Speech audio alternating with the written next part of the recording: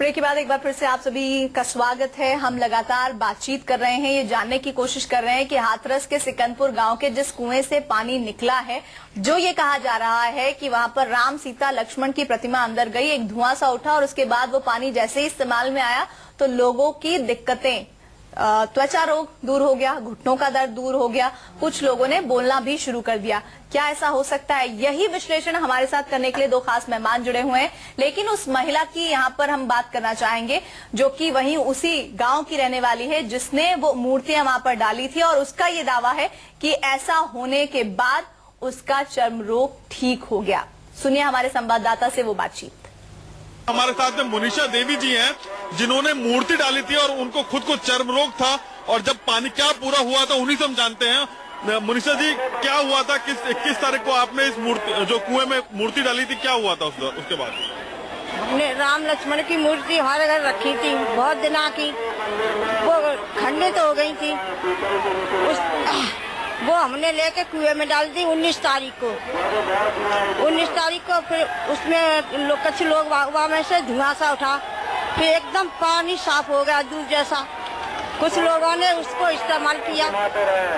हाथ पे हमारे चर्म रोग था 20 सालों से, हमारा वो खत्म हो गया, बहुत से ठीक होके जा रहे। तो ये आपने सबसे पहले किसको बताया था जाकर के आपके जो हाथों में जो चर्म रोग था फिर ठीक हो गया? कैसी ये बात फैल गई चारों तरफ? पहले हमने अपने पति को बताया, उसी के बाद एक मुनेश है वो आए, उनने बाल्टी से पानी खींचा, उनने पानी पिया, पानी बहुत स्वाद का लगा, फिर ऐसे बात फैल गई। तो ये जो है मुनीषा देवी है जिन्होंने खुद राम मूर्ति डाली थी, राम और लक्ष्मण की मूर्ति डाली थी, और उसके बाद से जो पानी की जलधारा फूटी वो है।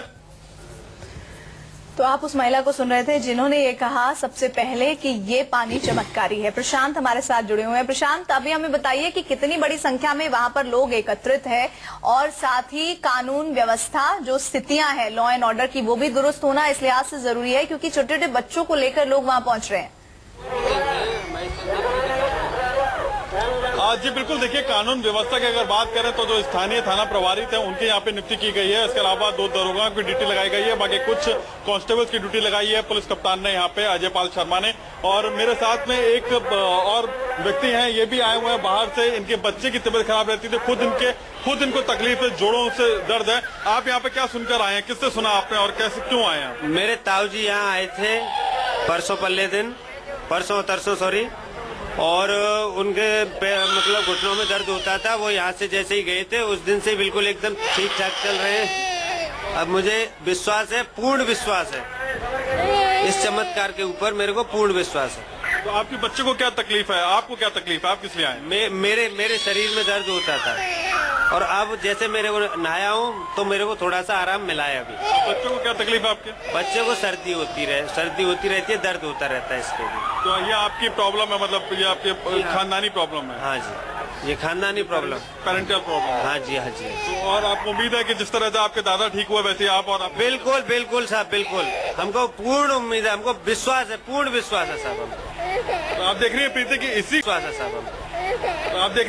इसी टाइप के किस्से हैं, जिनको किसी को दर्द है, किसी को चर्म रोग है, उस जैसे केस ज्यादा काफी मिल रहे हैं यहाँ पर, जिनको लोग कहते हैं कि उनको आराम मिला है, और इसीलिए वो सुनकर, जिन लोगों को आराम मिला उन लोगों के मुंह से सुनकर वो यहाँ पर आ रहे हैं और यहाँ पर पानी से नहा रहे हैं। प्रशांत, शुक्रिया हमारे साथ जुड़ने के लिए। लेकिन राय साहब, एक तकलीफ हुई मुझे, ये जब बच्चा रो रहा था और उसके पिता ये कह रहे थे कि उसको सर्दी खांसी होती है इसलिए मैं यहाँ ले आया। सोचिए पानी उस बच्चे पे पड़ा होगा। आपका लास्ट कमेंट इस प्रोग्राम में? मैं यही चाहता हूँ ना, जो इस प्रकार की धारणाएं बनी हुई है, विश्वास को अंधविश्वास में बदला जा रहा है। जिसको सर्दी जुकाम है, ऊपर से आप पानी की बौछार डाल रहे हो, उसको और कोई बीमारी बन जाएगी। और मैं ये भी कहना चाहूंगा आपके माध्यम से कि जिस व्यक्ति ने बोला कि मेरे भाई आए थे, उसकी जोड़ दर्द ठीक हो गया, 3 दिन के बाद 4 दिन के बाद उसका दोबारा इंटरव्यू लीजिए, उसको देखिएगा उसका आराम कहाँ पे हुआ था। तो हम इन चीजों को नहीं मानते हैं बिल्कुल। हम सब बल्कि सरकार के ऊपर मैं जिम्मेदारी डालता हूँ, सरकार को शीघ्र पानी का एनालिसिस करा के सत्यता को सामने रखना चाहिए। डॉक्टर साहब, लास्ट कमेंट आपका? देखिए, कलेक्टिव डिल्यूजन का मामला है, जहाँ पे लोगों को ऐसा एक दूसरे से सुनते हुए विश्वास हो रहा है। इसके ऊपर एक दो बाहर क्या रिसर्चेस हुई, एक कुछ साइकोलॉजिस्ट ने क्या किया, उन्होंने कहा रात को हम चंद्रमा को देखते हैं और उन्होंने कुछ नहीं किया, वो चुपचाप सड़क पे खड़े होकर चांद को देखना शुरू कर दिया। थोड़ी देर बाद भीड़ इकट्ठी शुरू होने, तो उन्होंने कहा क्या देख रहे हो, उन्होंने कहा आज देखो चांद कितना बढ़िया अलग सा दिख रहा है, तो लोगों ने आपको कुछ दिख रहा है, तो वहां पे लोगों को बहुत सारी चीजें अलग अलग दिखनी शुरू हो गई और उसके बाद मतलब एक तरह से भीड़ हो गई और लोगों को उस दिन लगा कि आज कोई स्पेशली चांद देखा है, जबकि उस चांद में कोई स्पेशल चीज थी नहीं। तो आप यानी कि ये कह रहे हैं कि कुछ हजार लोग मिलकर एक गलत बात को जो साइंस से जुड़ी हुई है पूरी तरह से, उसे अंधविश्वास में कन्वर्ट करना चाहते हैं। मैं राय साहब और साथ ही साथ कक्कड़ साहब जल्दी से कहिए, समय की कहूंगा मैं अभी आपको कह सकता हूं कि एक व्यक्ति विशेष या व्यक्ति वर्ग विशेष वहां पर होगा जो इसका फायदा उठा के अपनी दुकानें चलाने के लिए तैयार हो गए होंगे। कुछ मंडलियां बैठ गई होंगी, कुछ दुकानें खुल गई होंगी।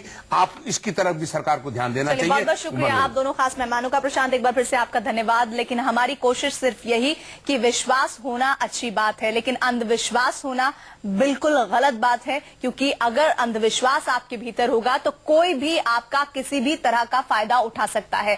बस न्यूज़ 24 की यही कोशिश है कि आप किसी भी तरह के अंधविश्वास में न फंसे। एक ब्रेक हम ले रहे हैं, बाकी खबरों के लिए आप देखते रहिए न्यूज़ 24।